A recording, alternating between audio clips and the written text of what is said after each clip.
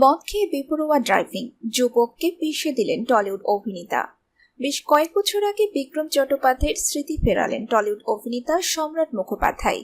মদ খেয়ে রাতে তার বেপরোয়া ড্রাইভিং এর শিকার হলেন এক যুবক। গতকাল রাতেই কলকাতার রাস্তায় মত্ত অবস্থায় গাড়ি চালাচ্ছিলেন সম্রাট মুখোপাধ্যায়, সেই কারণে এই দুর্ঘটনা ঘটে যায়।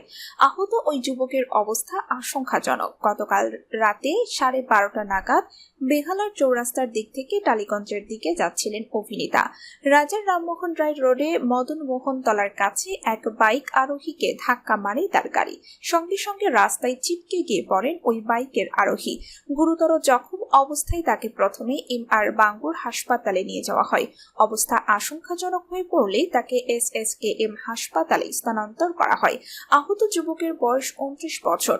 যতদূর জানা যাচ্ছে, আহত ওই যুবক একটি আইসক্রিম কারখানায় কাজ করেন। দুর্ঘটনায় তার হাঁটু এবং কোমর ভেঙে টুকরো হয়ে গিয়েছে। বাইক আরোহীকে ধাক্কা মারার পর একটি বাড়ির দেয়ালে গিয়ে ধাক্কা মারে অভিনেতার গাড়ি। গাড়ির গেটটাও এই দুর্ঘটনায় ভেঙে গিয়েছে। এই ঘটনা প্রকাশ্য আসতেই হইচই পড়ে গিয়েছে সোশ্যাল মিডিয়ায়। অভিনেতাকে গ্রেফতার করেছে বেহালা থানার পুলিশ। তার গাড়িটিকেও আটক করা হয়েছে। আজ অর্থাৎ মঙ্গলবার আলিপুর আদালতে তোলা হবে সম্রাট মুখোপাধ্যায়কে। এদিকে এই খবর ঝড়ের গতিতে ভাইরাল হয়েছে সোশ্যাল মিডিয়ায়। সকলেই চাইছেন কঠোর শাস্তি হোক সম্রাটের।